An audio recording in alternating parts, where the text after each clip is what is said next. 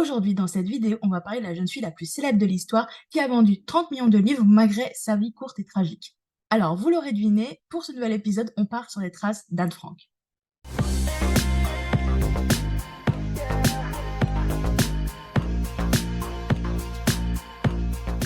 J'avais très envie de faire cet épisode sur les traces d'eux avec Anne Frank parce que je savais qu'il y avait beaucoup de lieux qui étaient liés à son histoire. Même si Anne Frank est décédée à 15 ans, elle reste un symbole de la Shoah et surtout un symbole mondialement connu qui est encore étudié puisque qui n'a pas lu le journal d'Anne Frank quand il était plus jeune. Alors pour retracer l'histoire d'Anne Frank, on va passer par 4 lieux emblématiques de sa vie et le premier se situe en Allemagne, à Francfort. Alors non, Anne Frank n'était pas hollandaise, elle était allemande et elle est née à Francfort-sur-le-Main le 12 juin 1929. Malheureusement, elle n'est pas dans la meilleure période pour l'Allemagne, puisqu'à ce moment-là, c'est la crise de 29 et le monde entier connaît des problèmes économiques. En Allemagne, à cette époque, c'est encore pire que tout puisqu'il y a l'inflation, c'est-à-dire que par exemple, pour aller acheter une baguette de pain, vous devez vous trimballer avec une caisse remplie de billets pour la payer puisqu'elle vaut maintenant 1000 marks au lieu d'un mark. Alors toute cette crise engendre d'autres problèmes de société, notamment de pauvreté. Beaucoup de gens sont mis au chômage, sont à la rue, et même certains décèdent parce qu'ils n'arrivent pas à se nourrir. Et c'est dans cette atmosphère-là que le nazisme se développe en Allemagne. Les parents d'Anne, Otto et Edith Frank, ont déjà une fille, Margot, qui est née en 1926. Otto, qui vous allez le voir est un personnage central dans la vie d'Anne Frank, a été banquier, puis commerçant, et c'est quelqu'un qui a toujours vécu à Francfort-sur-le-Main. De par ses relations et celles de sa femme, qui est aussi héritière d'une entreprise de ferraille, ils se font plein de connaissances, et notamment des connaissances qui habitent à Amsterdam, en Hollande. À ce moment-là, Otto sent que ça pue et il sait qu'il faut partir. Il déménage donc avec sa famille, d'abord à Aix-la-Chapelle, d'où est originaire sa femme et du coup où habitent encore ses beaux-parents, les grands-parents d'Anne. Puis ils se rendront à Amsterdam, qui est dans un pays à l'époque non contrôlé par les nazis. Pour vivre, Otto commence là-bas un commerce en pectine, qui est un extrait végétal destiné à épaissir les confitures.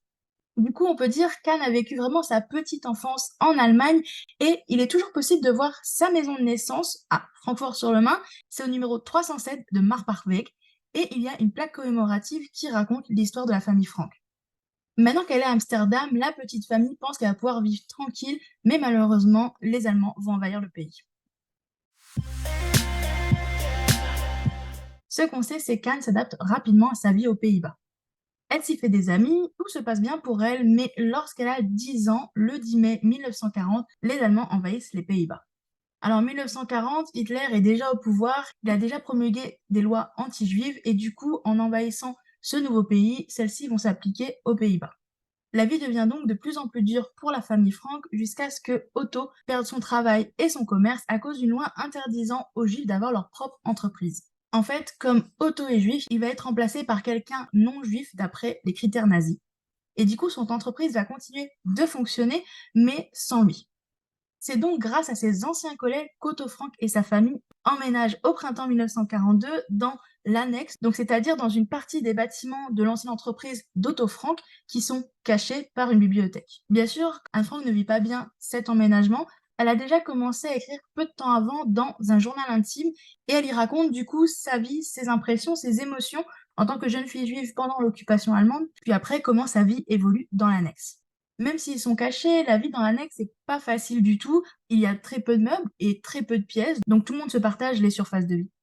Ensuite, ce qui est dur, c'est d'avoir du ravitaillement puisqu'ils ne peuvent pas sortir, il ne faut pas qu'ils soient vus. Donc ils ne peuvent compter que sur les ex-collègues d'auto pour leur amener de la nourriture.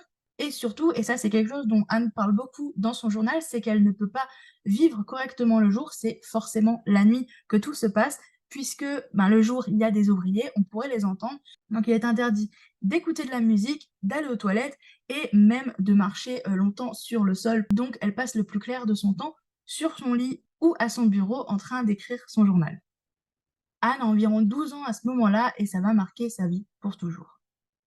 Aujourd'hui, l'Annexe, c'est un des musées, un des sites les plus visités des Pays-Bas. Il se situe à Amsterdam, au 263 Prinsengracht, et c'est devenu un musée depuis la fin des années 50 sous l'impulsion d'Otto Frank et de ses proches.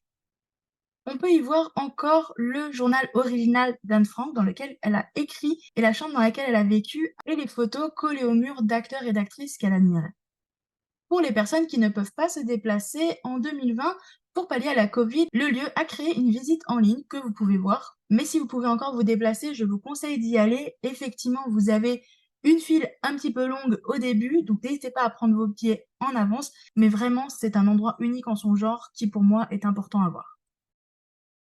Parce que Anne, comme vous-même, n'avez jamais pensé que votre cachette allait être découverte. Non, nous n'avons pas pensé que ça soit découverte. Est-ce que vous savez s'il y a eu une dénonciation? Probablement, il y avait des dénonciations, mais on ne sait pas qui a dénoncé. Le 4 août 1944, l'annexe est découverte. Anne Frank, sa famille et les autres clandestins qui vivaient avec elle sont tous arrêtés par la police. Deux des protecteurs de la famille d'Anne vont réussir à garder les manuscrits qu'elle a écrits, donc son journal et les feuilles sur lesquelles elle a écrit par la suite, puisque le premier journal était rempli.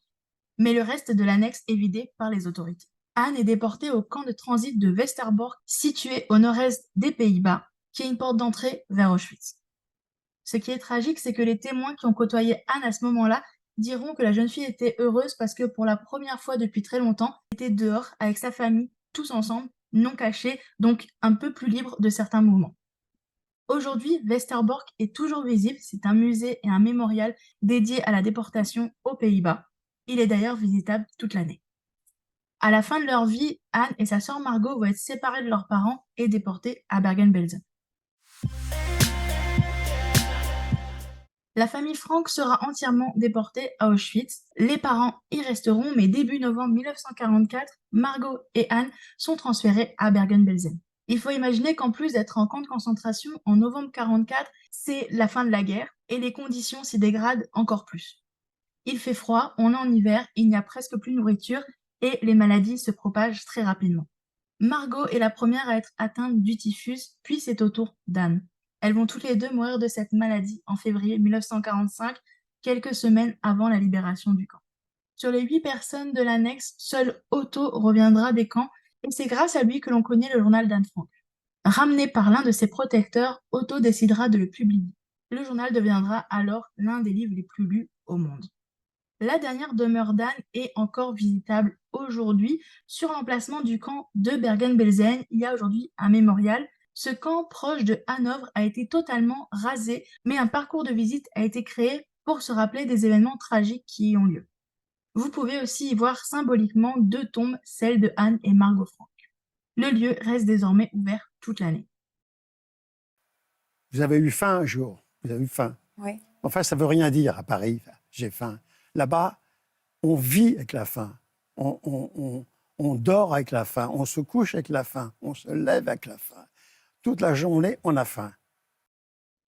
Merci à vous d'avoir regardé cette vidéo. Si vous l'avez aimée, n'hésitez pas à la liker et à la partager. Ça fait toujours super plaisir. Et moi, je vous laisse avec la dernière vidéo sur les traces d'œufs consacrée à Yves Saint Laurent. Bye!